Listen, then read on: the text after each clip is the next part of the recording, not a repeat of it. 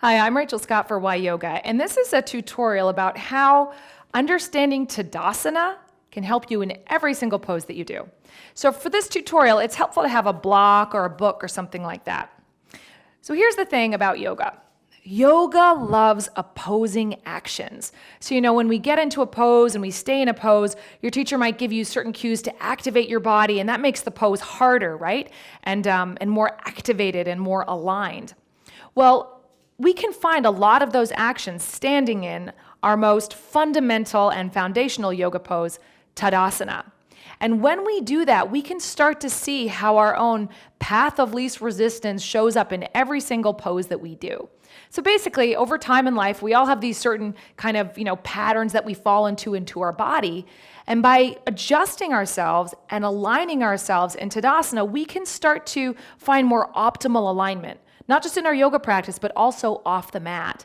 And we can bring what we find in Tadasana into every other yoga pose. So we're going to take a moment to really break down Tadasana so that you can do that in your own practice. So let's start off just standing in Tadasana, which is mountain pose. And usually we place the feet about hip distance apart and parallel. Now, as I mentioned before, yoga uses opposing actions. So that means that we find two different kinds of muscular engagements in the body that really work against each other and help to balance us out. But for most of us, we tend to sort of fall into one or into the other. So we're going to take a look at some of those key opposing actions in Tadasana so that we can learn more about ourselves. And we'll start with the feet. So just go ahead and stand, kind of how you would, at a cocktail party or whatever, right? And then look down at your feet and notice what happens with them.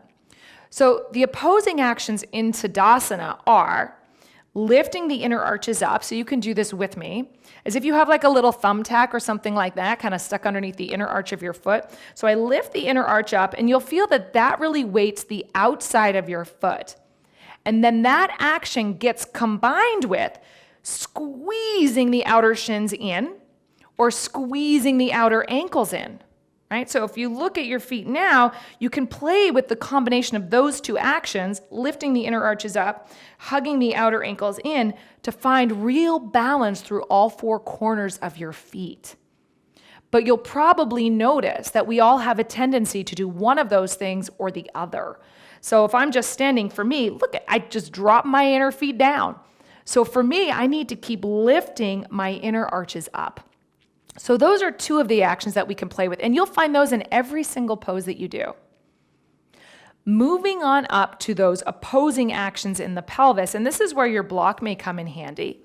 If you bring a block between your upper thighs and you squeeze the block, I want you to imagine you're a little Pez dispenser and try to squeeze the block and send it back behind you. So you're activating your legs, in anatomical terms, also your adductors, which squeeze in. So you squeeze the legs, you slide the block back, right? And for some of us, this is how we like to stand naturally, like me. Now, keep that action, but tuck your tailbone down, right? And you'll notice that those two actions work together to balance your pelvis. So if I'm just doing the first one, I'd be here. If I'm just tucking my tailbone, I'd be here. But I want to find the balanced action between those two things. And we all tend to do one or the other. So just notice for yourself, if you're just standing naturally, not thinking about Tadasana, where do you tend to wind up? Are you someone who tends to be a little bit more here?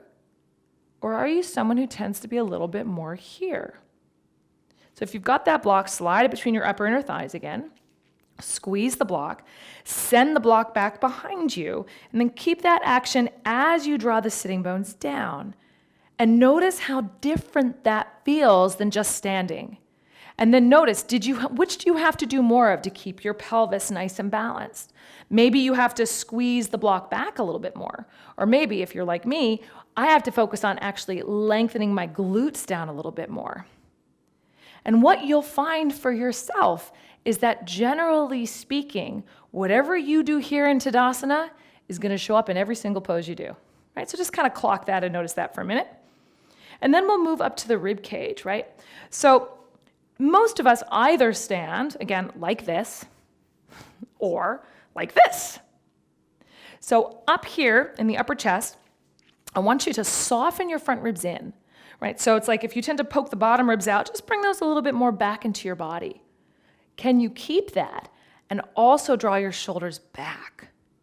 So if you draw them back too much, you're going to pop the ribs forward, right? So see if you can balance those two forces with each other. Soften the ribs in, draw the shoulders back. And you'll notice in Tadasana, when I stand in mountain pose, both sides of my waist, the front, the sides, and the back are all lifting and lengthening. So let's let that go for a minute, blah, blah, blah, right? So let's go through this action of Tadasana again, one more time, this time without the block. So stand with your feet hip distance apart and parallel. And then before you even start, maybe you look down and notice what you tend to do in your feet. Do you tend to stand on the outsides? Do you tend to stand on the insides? And then let's do those actions together. Lift your inner arches up as you squeeze your outer ankles in. Notice how that feels a little different in your feet now. Moving on up to the pelvis. Maybe notice what your path of least resistance is. Where do you tend to be in your pelvis? And now let's do the actions of Tadasana. Press the tops of your thighs back. So imagine you're squeezing that block and sending it just a little bit back. Keep this action in your legs, lifting up through your thighs as you draw your sitting bones down. And now notice for a minute, how does that feel different than just standing normally?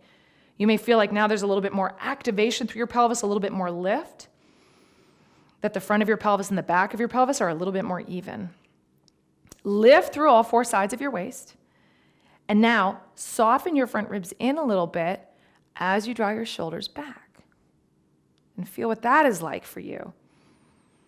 And then let the hands come down, lift through the crown of your head, and notice how standing in Tadasana feels different than maybe just standing as we were at the very beginning of this tutorial. So here's the moral of the story. Let that go. In every pose that we do, whether it's a high lunge or warrior two, whatever your body likes to do in Tadasana will tend to show up there. So, if I like to stick my ribs forward, well, you can bet I'm going to stick them forward in every other pose that I'm doing, right? No matter what it is, that's going to be my tendency. So the way that we start to see ourselves in Tadasana and find that balanced action in these different parts of our body, the more we can bring that understanding into every yoga pose. And this will make such a lovely difference and help you to deepen your own personal practice. So enjoy.